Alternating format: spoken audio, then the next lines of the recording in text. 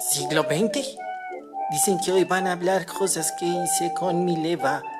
Y esperemos que no digan ninguna bobada. Vamos.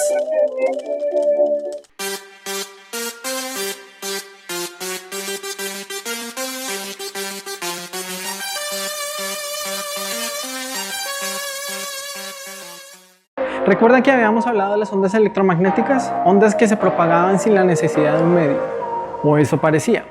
Ahora la necesidad era tratar de encontrar el medio en el que ellas se propagaban, el denominado éter. Este éter es una búsqueda de la humanidad que se realiza prácticamente en la segunda mitad del siglo XIX. En 1887, Michelson y Morley precisamente plantean un experimento donde tratan de ver cómo la Tierra tiene un movimiento relativo a este marco de referencia particular que sería el éter universal, y sus resultados son negativos. Entonces hay dos posibilidades: o que los efectos son increíblemente bajos o que el éter es innecesario. Usualmente cuando suceden estas cosas en la ciencia, lo innecesario pues ni siquiera se considera y la teoría del éter empieza a perder fuerza. De allí precisamente empiezan a aparecer algunos resultados que finalmente terminan en el Annus Mirabilis de Einstein en 1905, cuando plantea su teoría, su artículo sobre la dinámica de los cuerpos cargados. Ese mismo año que él plantea la relatividad especial, también explica el efecto fotoeléctrico. Tenemos evidencias o tenemos indicios que no solamente fue él, sino también Mileva, donde explican el efecto fotoeléctrico utilizando herramientas que Maxwell no tenía. Recordemos que el efecto fotoeléctrico no puede ser explicado a través de la teoría de Maxwell. Entonces tenemos una cosa que motiva más unos resultados anteriores de Planck sobre una teoría distinta a la clásica, donde aparece la cuantización, la mecánica cuántica. Ahora todos estos desarrollos empiezan a fundamentar una nueva visión de mundo, que sería la física moderna, pero también van a la par a nuevos desarrollos en la electrodinámica. Por ejemplo, en el 1895, Röntgen encuentra unas ondas electromagnéticas bien especiales, los rayos X. ¿Quién iba a pensar que un año después estaban haciendo radiografías con los rayos X y menos de 20 años después Marie Curie estuviera viajando a través de los campos de batalla haciendo radiografías utilizando una flota de camiones equipados con rayos X? O sea, vemos como el descubrimiento que en ese principio parecía tan fundamental, como tan dado solamente para la física, rápidamente converge en una utilización práctica, la radiografía. Poco después, en 1897, Thomson descubre el electrón, identifica el electrón. Años antes, el efecto Hall da indicios de que lo que se propaga o lo que se traslada en las corrientes de metales, a través de metales, son cargas negativas. Y con Thomson vemos que esas cargas son los electrones. La carga del electrón solamente se pudo medir una década después, 1909, por Millikan, pero entonces empezamos a tener una estructura más consciente de lo que son las corrientes como tal y cómo funciona esto en los materiales. Vendría un descubrimiento en 1911, Kamerlé-Ons descubre que hay materiales que a bajas temperaturas se comportan con resistencia cero y además tienen diamagnetismo perfecto. Estos se conocen como los superconductores. Serían materiales de eficiencia increíble para la transmisión de corrientes. Y la investigación de estos pues abre un campo a la ciencia bastante amplio durante el siglo XX. De hecho, la teoría que me explicaría la transmisión de corrientes en los metales, la mecánica cuántica que están haciendo en la época de los 20 no puede explicar a los superconductores que encuentra Camerleón. O sea, necesitamos herramientas extras.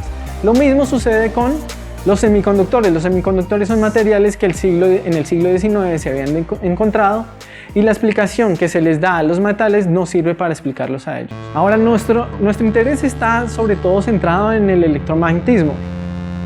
Sucede que en los años 30 intentan aplicar la teoría cuántica a los campos como tal, a los campos electromagnéticos.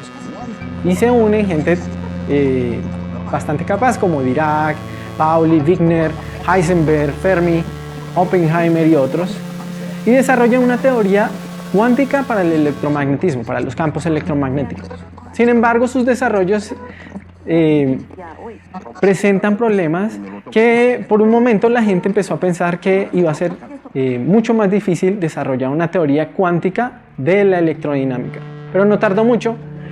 Una década después, en los 40, Feynman, Stringer, Tomogaga y Dyson desarrollan lo que conocemos como la electrodinámica cuántica o QED, donde se pueden hacer cálculos cuánticos de los campos electromagnéticos.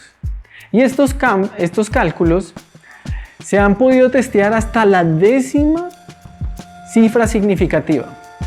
Si ustedes han hecho algún cálculo, algún experimento y presentan las incertidumbres, se dan cuenta de la magnitud de poder lograr un testeo hasta la 10ª cifra significativa. De hecho, esta teoría, la QED, es la teoría física o científica mejor testeada en el laboratorio. O sea, este desarrollo nos lleva a encontrar la teoría mejor fundamentada a nivel experimental también. Una década después, la gente trata de generalizar lo que se había hecho con la electrodinámica, con la electrodinámica cuántica, y en el 54, Jahn y Mills desarrollan una generalización en lo que se conoce como las teorías de Jahn-Mills. Estas teorías de Jahn-Mills son las que van a permitir describir las interacciones nucleares. Entonces aquí está lo que les había mencionado. Precisamente estudiar la electrodinámica o el electromagnetismo nos va a permitir en algún momento estudiar las interacciones nucleares que están al interior, que no la hemos podido revelar sino hasta mucho después. Por la misma época también se empiezan a desarrollar teorías generales de los campos cuánticos, y con estas teorías generales de los campos cuánticos, John Bardeen, Leon Cooper y John Schiffer desarrollan una teoría para explicar los materiales superconductores. Recuerden que a principios de siglo se habían encontrado y no se habían podido explicar. Con la teoría BCS que se conoce, se explican los materiales superconductores y se da un triunfo, es un triunfo extra para la mecánica cuántica y para la teoría cuántica de campo. John Bardeen, que participó en este descubrimiento, ya era bien famoso, era premio Nobel. Una década antes había hecho parte del equipo que desarrolló el transistor. El transistor es esta revolución que permitió todo el desarrollo, impulsó todo el desarrollo computacional, de aparatos computacionales de la segunda mitad del siglo XX. Vemos nuevamente cómo la tecnología empieza a involucrarse acá, porque en la década de los 60 entonces tenemos, por ejemplo, con Theodore Maiman, el primer láser. En el 77 tenemos el primer escáner por resonancia magnética. O sea, vemos cómo la tecnología empieza a verse impulsada por estos desarrollos científicos que tienen que ver con el curso que estamos hablando hoy. Y llegamos a puntos tan interesantes como el aislamiento y la caracterización por Andrea Gain y Konstantin Novoselov del grafeno. El grafeno que muchas veces lo venden como el material del futuro.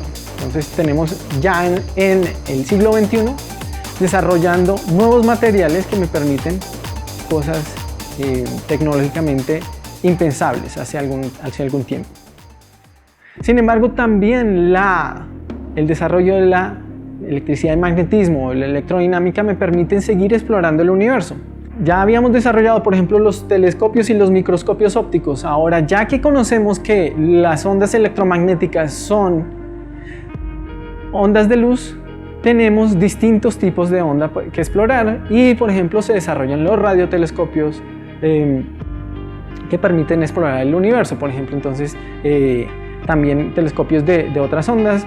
En los 60, por ejemplo, se detecta el Cygnus S1, que es una fuente de rayos X muy poderosa en la constelación del Cisne, y hoy por hoy ya sabemos que es debido a la presencia de un agujero negro en ese lugar. En el 65, Arnold, Penzias y Wilson detectan una radiación que viene de todos lados homogéneamente. Esta es la radiación cósmica de fondo y es la señal de ondas electromagnéticas más antigua del universo. Se originó precisamente cuando el universo tenía apenas unos 300.000 años de edad. En el 67, Jocelyn Bell descubre los pulsares, precisamente con radiotelescopios. Y así hemos seguido explorando el universo gracias a esta nueva visión, a este nuevo tipo de ondas electromagnéticas que me permiten visualizar de otra manera el universo. Hay otros descubrimientos que siguen dándonos sorpresas. En la década de los 80 del siglo XX, se descubrió un nuevo efecto. Habíamos hablado del efecto Hall.